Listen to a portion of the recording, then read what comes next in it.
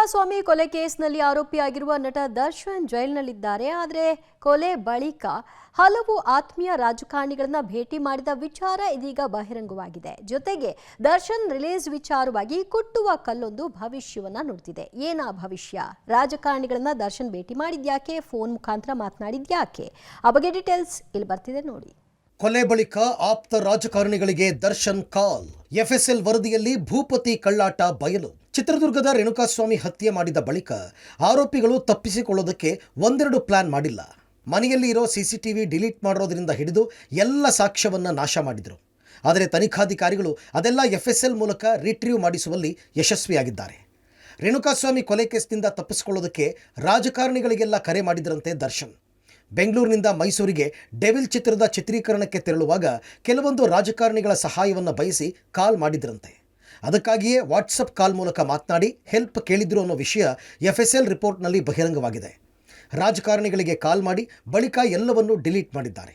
ಈಗ ಅದೆಲ್ಲ ರಿಟ್ರೀವ್ ಮಾಡೋ ಪ್ರಯತ್ನ ಮಾಡಿದ್ದು ಸೋಮವಾರ ಇದೆಲ್ಲ ರಿಪೋರ್ಟ್ ಪೊಲೀಸರ ಕೈ ಸೇರಲಿದೆ. ಇವೆಲ್ಲದರ ನಡುವೆ ನಟ ದರ್ಶನ್ ಅರೆಸ್ಟ್ ಆಗಿ 2 ತಿಂಗಳು ಕಳೆದೋಯ್ತು.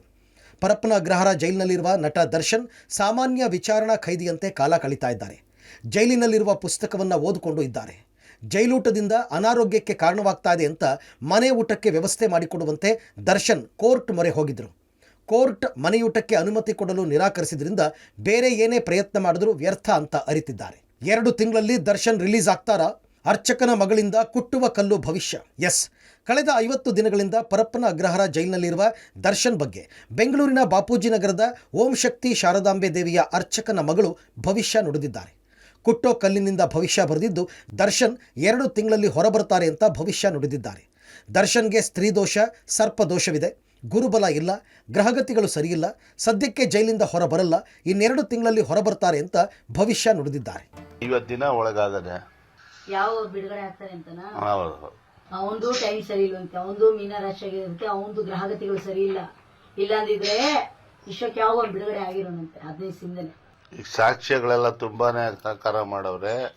ಕೋರ್ಟಲ್ಲಿ ವಿರುದ್ಧವಾಗಿ ವ್ಯವಹಾರ ವರ್ತಿಸ್ತದೆ. ಇನ್ನ ಅವರು ಇದಾಕೊಂಡಿಲ್ಲ. ಅದರಿಂದ ಈಗ ಒಂದು ಪರ್ಫೆಕ್ಟ್ ಆಗಿ ಎಷ್ಟು ದಿನಕ್ಕೆ ಅವನು ಹೊರಗಡೆ ಬರ್ತಾನೆ. ಕೊಲ್ಲೂರು ಮುಗ ಚಂಡಿಕಾ ಯಾಗ ಮಾಡಿಸವ್ರೆ, ದೇವಸ್ಥಾನ ಪೂಜೆ ಕೊಡ್ತಾವ್ರೆ. ಹೆಚ್ಚು ಕಮ್ಮಿ ಏನಿಲ್ಲ ಅಂದ್ರೆ ಇನ್ನೂ 1.5 ತಿಂಗಳು ಒಳಗಡೆ ಅವ್ನು ಬರ್ತಾನಂತೆ. 1.5 ತಿಂಗಳು ಒಳಗಡೆ ಹೆಚ್ಚು ಕಮ್ಮಿ ಬರ್ತಾನೆ. ಅಷ್ಟೊಳಗಡೆ ಆಗುತ್ತೆ. ಇದು ದೈವವೇ ಬರೆದು ಭವಿಷ್ಯ ಹೇಳುತ್ತೆ. ಇದು ಪ್ರಚಾರಕ್ಕೇನು ಅಲ್ಲ ಅಂತ ದೇವಸ್ಥಾನದ ಅರ್ಚಕರು ಪಬ್ಲಿಕ್ ಟಿವಿ ಜೊತೆ ಮಾತನಾಡಿದ್ದಾರೆ. ನಮಗೆ ಮಾನಸಿಕವಾಗಿ ದೈವ ಕೊಡುವಂಥ ಉತ್ತರದ ನಾನು ಹೇಳಿದ್ದೀನಿ ಅಷ್ಟೇ. ಇಲ್ಲಿ ದೇವಿ ಕೊಡುವಂಥ ಉತ್ತರದಲ್ಲಿ ಏನಂದರೆ ಮ್ಯಾಕ್ಸಿಮಮ್ ಒಂದು 2 ಮಂತ್ಸ್ ಆಗ್ಬೋದು, ಬೇಲಿಗೆ ಅವಕಾಶ ಆಗುತ್ತೆ.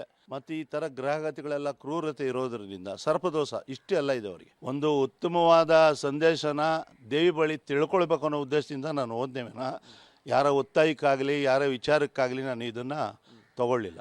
ಯಾವ ಕಾರಣಕ್ಕೂ ಇಲ್ಲಿ ಶರೀರತೆ ಮೇಲೆ ದೇವಿ ಆಹ್ವಾನ ಆಗೋದಿಲ್ಲ. ಮಾನಸಿಕವಾಗಿ ಅದು ದೇವಿ ನಮಗೆ ಕೇಳ್ಕೊಳ್ಳೋ ವಿಚಾರದಲ್ಲಿ ಅರ್ಥಪೂರ್ಣವಾಗಿ ಆ ವಿಷಯ ಕೊಡುತ್ತೆ. ಒಟ್ಟಿನಲ್ಲಿ ಕುಟ್ಟೋ ಕಲ್ಲು ದರ್ಶನ್ ಜೈಲು ಭವಿಷ್ಯವನ್ನ ಹೇಳಿದೆ.